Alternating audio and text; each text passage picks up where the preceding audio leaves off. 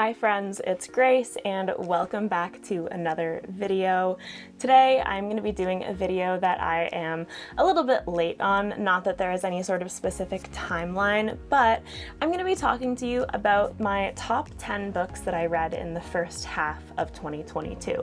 And of course, with it being mid-July, we are a little bit past the midpoint of the year, but I wanted to wait a little bit just so that I could completely wrap up my reading in the month of June, and then take a look at the list of books that I had read in the first half of the year. You could argue that a top 10 is a little bit generous because I finished 44 books in the first half of the year and I DNF'd one book.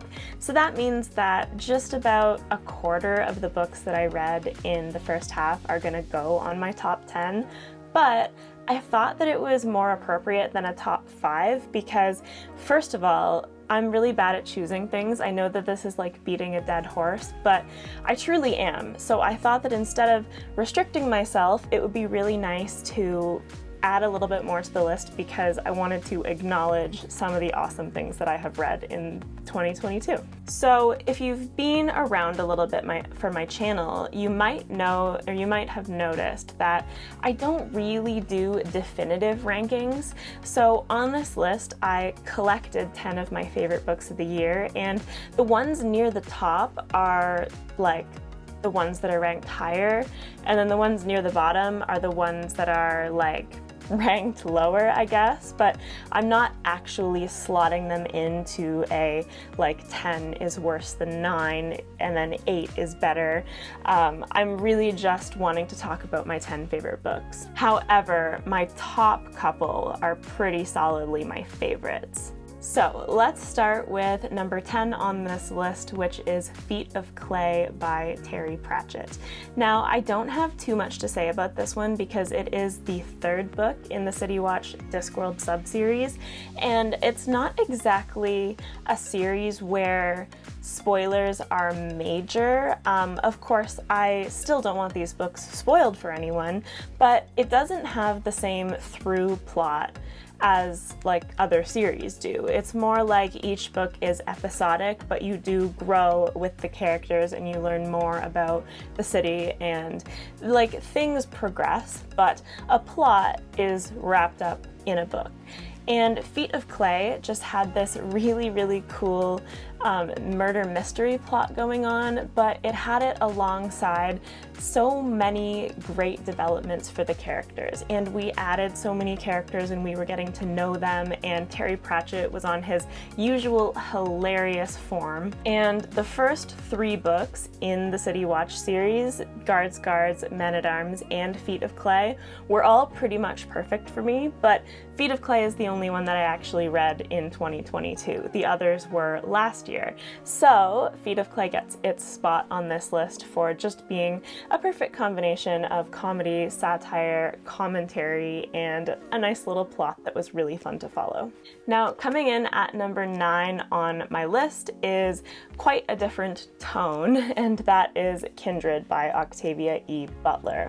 So this is a book that is the type of one where you're not going to enjoy reading it in the same way that you would a Terry Pratchett novel, but it will stick with you, and it has stuck with me. So Kindred tells the story of a modern day Black woman, and modern being in the 1970s, because that's when this book was written, and she experiences something very strange. She is in the midst of her normal life with her husband, and she gets pulled through space to a different location where she saves a boy from drowning. And then she's there for a few seconds and she is back to her normal life, and she doesn't know what has happened to her. And the plot progresses from there with something very strange happening to her. She's being called to a different time and place, and she doesn't know why, and it ends up being revealed to her that the place and time that she's being called to is a very dangerous place for a Black woman to be. And so this story is very layered and complex in its themes. So you get the contrast between modern day life for her, and like the drastic difference in the place that she is being sent to and the lives of Black women and Black people, and how it can be hard enough just to try and survive, how you might wonder how slaves accepted their place, or not accepted exactly, but she mentions in the book that it can be so easy just to try and make the best of what you have, and not so much try and change your situation as just try and survive where you are.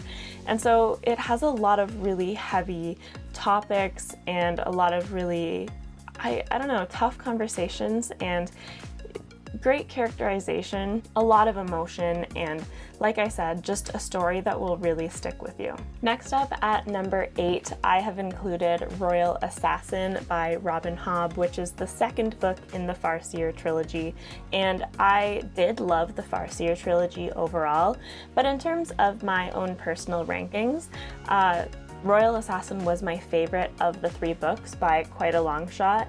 And again, since this is a sequel, it's tough to say anything about plot, but I think that, and this is not the last time that Robin Hobb is going to appear on this list, spoiler alert, but I think that it really is where she shines in terms of character relationships and character decisions, bad decisions sometimes, pushing the plot forward, and really great political intrigue and some great like building of relationships between characters. And I honestly just love Robin Hobb, and there were some absolutely frustrating things that happened in that book, in the sense that Robin Hobb really makes you feel your anger and frustration, and you are rooting for the characters, and you are rooting for other characters to fail miserably because you hate them. Like, she is just so good at making you feel things, which is something that I have said on numerous occasions, but Royal Assassin really stands out in that respect for me, and it's definitely one of my top books of the year. In the number 7 spot, I have Piranesi by Susanna Clarke, which is a very, very intriguing novel. And I've said multiple times that I think it's best to go into this book knowing as little as possible, so I really will not say too much about it, but it's intriguing and it's very, very unique. And it is our main character, Piranesi. We meet him and we learn that he lives in this vast house, and he like memorizes its halls and its statues, and he lives off of fish that he catches, and we learn about his life, and as the story progresses we eventually learn more things about his environment and uncover some really interesting mysteries and reveals. So it was, I don't know what to say about it without revealing anything. It was just, it really, really stuck with me. At first, I really liked it and didn't think that it was necessarily going to be a favorite, but it's just something that I think about all the time. And so with that staying power, it's definitely in my top 10. Number 6 on my list is The Girl in the Tower by Catherine Arden, which is the second book in the Winter Night trilogy. And I also have an honorable mention here for The Winter of the Witch, the final book in the trilogy. But The Girl in the Tower, I think it was my favorite of the 3, and I just liked it a little bit more, but all 3 books were phenomenal, and that trilogy as a whole is a favorite for me. I think that The Girl in the Tower just took what we had in The Bear and the Nightingale and had such a natural progression for the plot and the character based on where we left her at the end of the first book and how she grows. And I think that the plot was just my favorite in The Girl in the Tower. Like, it definitely didn't have middle book syndrome for me. It had its own thing going on, and I think that one of the strengths of the whole trilogy is that Catherine Arden knew exactly where it was going, had a plan for each book, where each book had a good plot in its own right, and she did a fantastic job of dividing that up. And yeah, like the characters were strong, and I love the like folklore and the magic, and all of that just wove together so well along with the plot and the antagonists and villains to create a phenomenal book. So I loved The Girl in the Tower. So coming in at number 5 on the list is Once There Were Wolves by Charlotte McConaughey, and I listened to this on audiobook, but I actually just recently picked up a physical copy of it for myself because I loved it so much and I can see myself rereading it. And the audiobook for this was a really immersive and phenomenal experience, so I would definitely recommend that. But Once There Were Wolves is not a fantasy novel. It is a mystery thriller contemporary where we follow our main character who is trying to rewild wolves to the Scottish Highlands. And so she is working on this wolf project, but the locals are not happy about it. And there are people who are really, really strongly and aggressively opposing her and her project.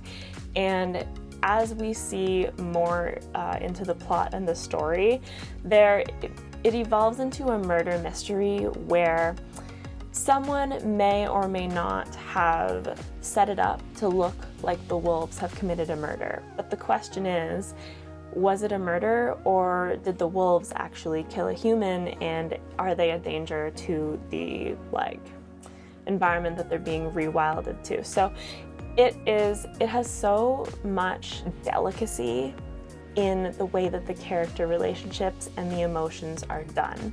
The plot synopsis, the plot was great, but the plot does not capture what goes on in this book. The strength for me really was our main character, Inti, and getting in her head, and she has this interesting syndrome where she can feel people's emotions, something to do with mirroring, and it definitely just impacts the way that she interacts with the world and the people that she meets and the relationships she forms. And so the book just had so many strengths, and I picked it up not knowing what to expect, and it just blew me away. So Once There Were Wolves, as a non-fantasy book, was without a doubt one of my favorites. Next up at number 4, I have The Gathering Storm by Brandon Sanderson and Robert Jordan, book 12 in the Wheel of Time. And so this was the first Wheel of Time book that I gave 5 stars since much earlier in the series.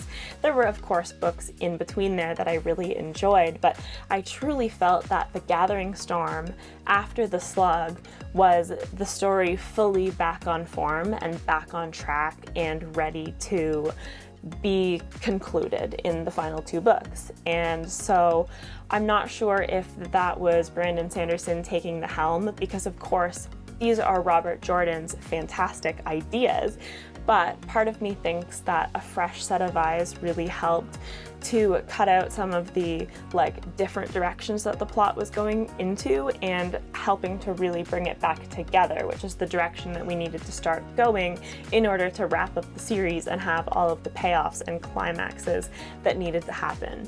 So I do have a spoiler chat for The Gathering Storm, which I will link, because I do that for every Wheel of Time book, aside from the first 3, which I read before I had a YouTube channel.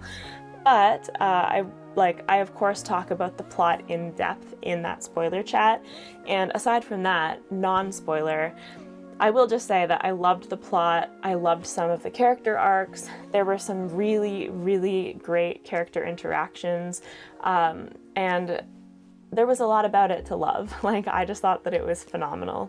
So yeah, that is my number 4. Coming in at number 3, we have another non-fantasy choice, and that is The 7 Husbands of Evelyn Hugo by Taylor Jenkins Reid. And I also listened to the audiobook for this, and I also got myself a physical copy of it because I knew that at some point in the future I would be rereading it. And The 7 Husbands of Evelyn Hugo has so much hype that it's tough for me to balance where I can express why I loved it while not necessarily adding to that, because I do hate it when you go into a book that is so popular that you just can't, the book can't possibly live up to it. And for me, I was kind of expecting that with 7 Husbands, to be honest, because I had heard all of the hype and I just had a feeling that it couldn't live up to it. And yet it did, and I think that was because the actual content of the book went places that I wasn't expecting it to go, and I really liked those directions that it went in. I thought that the tone of the narration, this like matter-of-fact retrospective look back on Evelyn's life, was fantastic, and I loved the way that she portrayed her relationships, and the cast of characters was so interesting, and I loved that Evelyn didn't try to paint herself as a good person.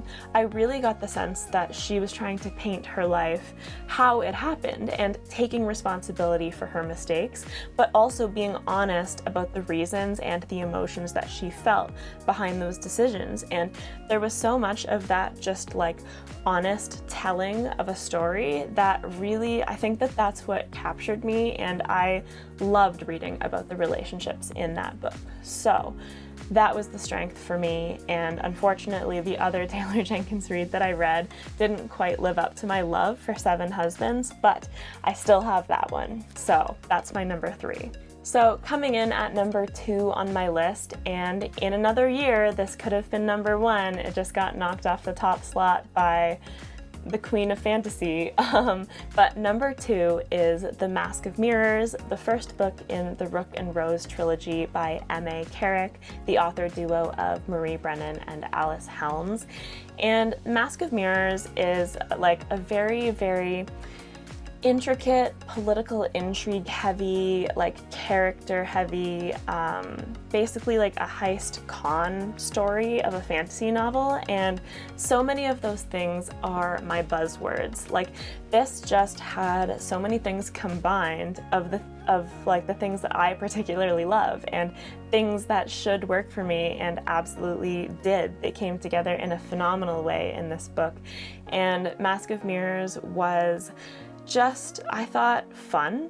Like, it struck a great balance of being fun to read and compelling, and you didn't want to put it down, while also being intricate, and it had a complex magic system, and it was people like politically maneuvering each other, but it also had a complex political system in place in the world, and there are different cultures that live in the same city, and so there was a lot of intricacies where it was an adult fantasy that required your attention, and I don't mind not always understanding everything that I'm reading at the time, but that's a complaint that I have heard about this book, so I understand that not everyone might love it, but for me, it was the perfect balance. I loved not necessarily knowing everything, but being able to unravel things as we went along. And I also thought that the characters were really strong. I loved our main character, Renata, and I loved her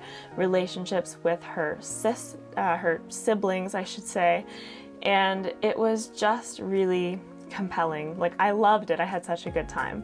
So Mask of Mirrors is very solid at my number 2. And like I said, it's only unseated by the Queen of Fantasy, and I have been talking about this series a lot for the past few months because I read the trilogy back to back to back. And yes, I am putting an entire trilogy in my number 1 spot because I cannot separate them, and that of course is The Live Ship Traders by Robin Hobb, Ship of Magic, The Mad Ship, and Ship of Destiny. And I know that I'm kind of cheating, but I also feel like I'm not, because even though it's a trilogy, I feel like Robin Hobb wrote that thing as one story that just happens to be divided into 3 books. Like, don't get me wrong, each book had a climax and each book had emotional stakes and like a story in itself, but at the same time, it was very continuous. This is not the type of series where you had massive time jumps between books or like a cliffhanger necessarily. It was really very much like we had a climactic event happen in the next book, and then we have a bit of a resolution and falling action, and then the next book picks up right where it left off. So I really do feel like this was one story. And of course, this was, as opposed to the Farseer trilogy, this is a multi-point of view, third-person perspective story. And there are so many great characters. I love that she decided to write this trilogy this way because of the fact that we got so many phenomenal characters. There are characters that you can root for. There are characters that are like so evil that you can't help but be compelled by what they're going to do next. There are characters that you just love to hate. There are characters where you are so proud of their growth. And there are so many things, like the subtle magic system, the religion, the world building. Like, there are so many things that Robin Hobb does. And I think that she just does characters the best of all, and it is the characters that I got so invested in and wanted to see through to the end of the series and just didn't want to stop reading it. And I don't know if I can say enough about how much I loved Fliveship. And I know that it is part of the larger realm of the Elderlings, which is quite frankly a little bit intimidating. But I believe that if you really wanted to, this trilogy could be read and enjoyed on its own. And then if you really loved it and wanted to know more about the world and continue on with what else is going on in the world, then you could pick up some of the other series, like Farseer. So, you know, there's really no downside, and the answer is that you should just read it. But regardless, that pretty easily takes my #1 slot of the year. It's just amazing. But I think that this is a really great list, and every book on this list deserves recognition, and I hope that you liked this list. So let me know what you thought of it, because that is it. That was my 10. I really hope that the second half of 2022 brings me the same phenomenal quality that the first half did. So with that said, please like this video if you liked it. Let me know down in the comments what you thought, and if you want your top 10 of the first half of the year, or maybe just a couple of your favorite reads of the first half of the year, whatever you'd like, and I would love to chat with you about what you thought of my list as well. And if you would like to see more content from me, please subscribe. I post new videos every Monday and Thursday. I have all of my socials, Discord, and Patreon links in my description below if you're interested in any of that stuff. And I hope that you have a fantastic rest of the day. I'll see you in the next one. Bye!